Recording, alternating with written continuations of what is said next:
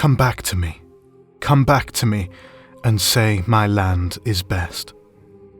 The loss of a loved one can easily lead to a life of sorrow and regret, especially if you felt helpless to prevent it. In the case of the Ents, we see how they slowly drifted apart from the Entwives after they chose to follow different paths in their lives. And even though the Ents would come to visit them every so often, they could never have imagined that there would one day come a time when they would travel to their lands and find absolutely no sign of the Entwives. What happened to them? Why did they drift apart from the Ents? And were they ever reunited? At first, the Ents and Entwives used to live together in harmony, though as time passed, this would slowly change, for they started to want different things in their lives. The Ents loved the great trees and the wild woods and forests, and they enjoyed speaking to the trees around them, while the Entwives didn't really care for any of this.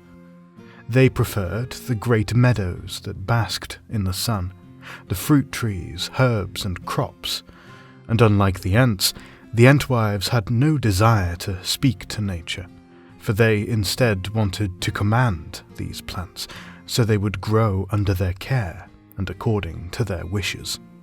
It seems that the Entwives weren't entirely satisfied with their lives, for they eventually grew restless and tired of their homes, and they wanted to seek out new lands where they could build their gardens.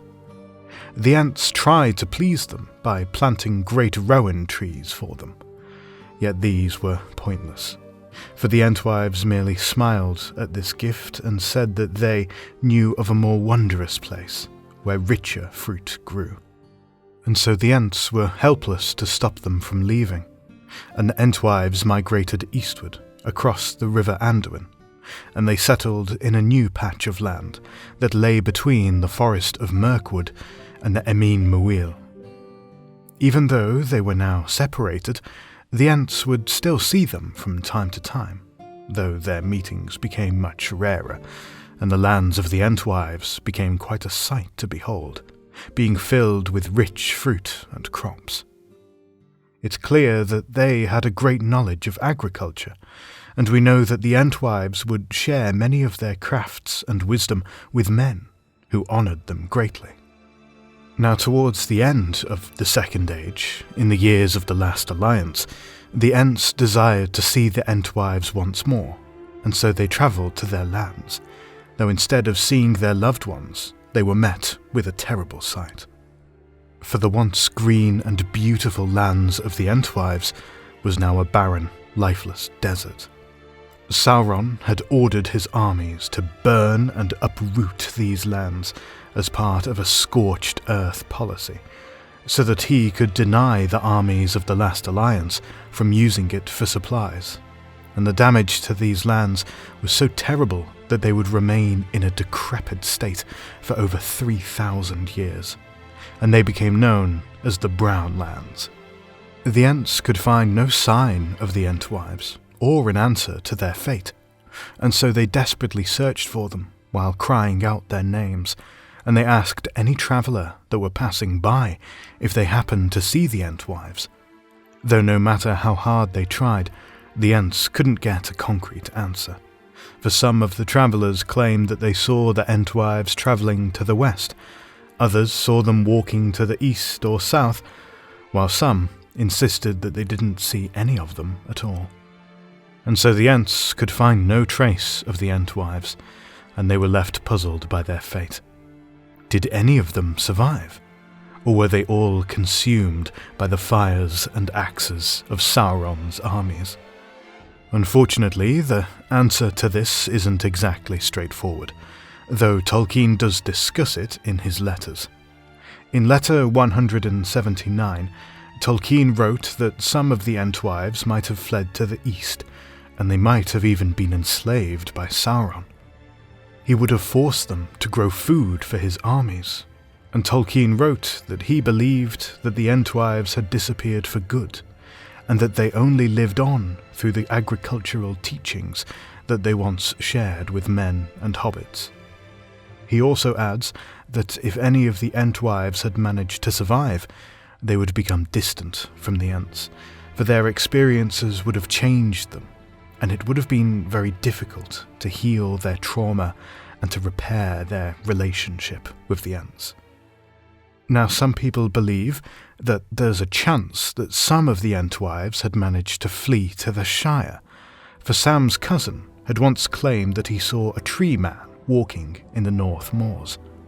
The Entwives would have certainly liked the land of the Shire, and Treebeard had actually asked Merry and Pippin to keep watch for any news of the Entwives in their lands.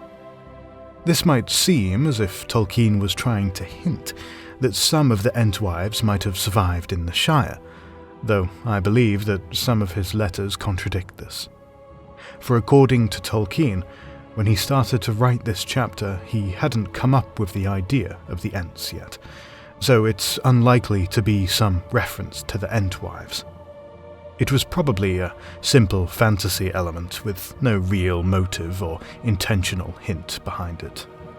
After the War of the Ring, Aragorn met the Ents once more in Isengard, and he told them that since Sauron was defeated, the Ents could try to search for the Entwives in the lands to the east, though Treebeard simply shook his head and said that these lands were too far off and that there were too many men living there. It might seem like the story of the Ents and Entwives was doomed to be a tragedy, though there is a glimmer of hope that they were eventually reunited.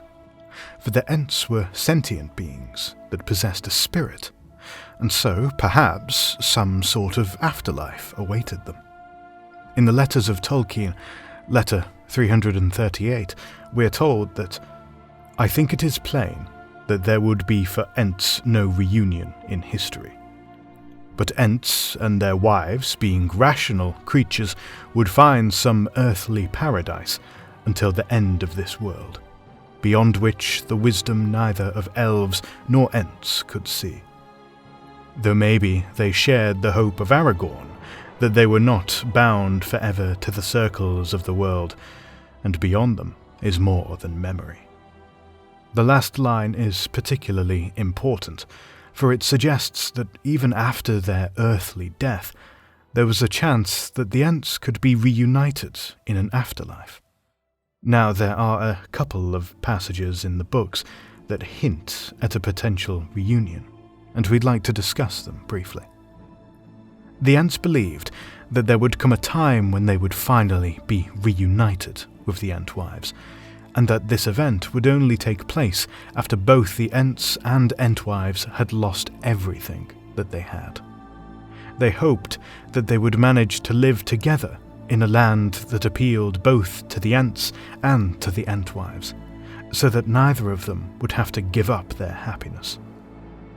When Treebeard met Galadriel, he told her, "It is sad that we should meet only thus at the ending, for the world is changing.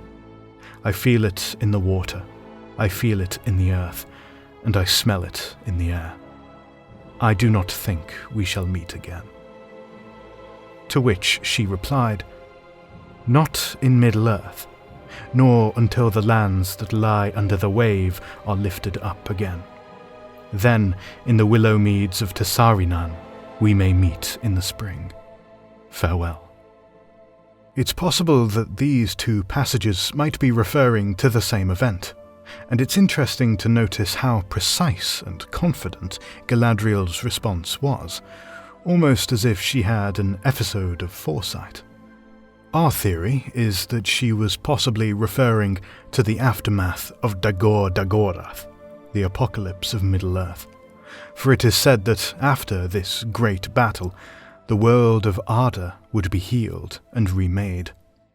Perhaps this is how Galadriel and Treebeard might meet once more in the meadows of Tessarinan, for this land was located in Beleriand, a landmass which had sunk beneath the sea. And it's plausible that this land could be restored once the world of Arda was healed. It would also fit in nicely with how the Ents believe that they must first lose everything before they could meet the Entwives once more, for the apocalypse would surely result in such a loss. And once Arda is restored, the spirits of the Ents and Entwives could be reunited in a land where both of them could be happy. And so, perhaps, the final verses of the Song of the Ents and Entwives would come true. Together we will take the road that leads into the west, and far away we'll find a land where both our hearts may rest. So, this wraps up this week's episode, and we hope you enjoyed it. Do you agree with our theory? And do you think that any of the Entwives survived? And if so, were they ever reunited with the Ents? As always, we'd like to give a quick shout out to all of the patrons who choose to support this channel. Your help makes this channel possible, and your support is deeply appreciated. Particularly the Valar tier patrons, Jacob Williams, Michael Angel, and T. Gorman, and the Wizard tier patrons, James Stodgel, Andrew Burma, Mike Feeney, and Roland Meervold. If you'd also like to help and support this channel while unlocking some cool perks, we'll be leaving a link to the Patreon page in the video description. You could also support this channel by checking out our store and by following us on Facebook, Instagram, and Twitter, and joining our Discord server.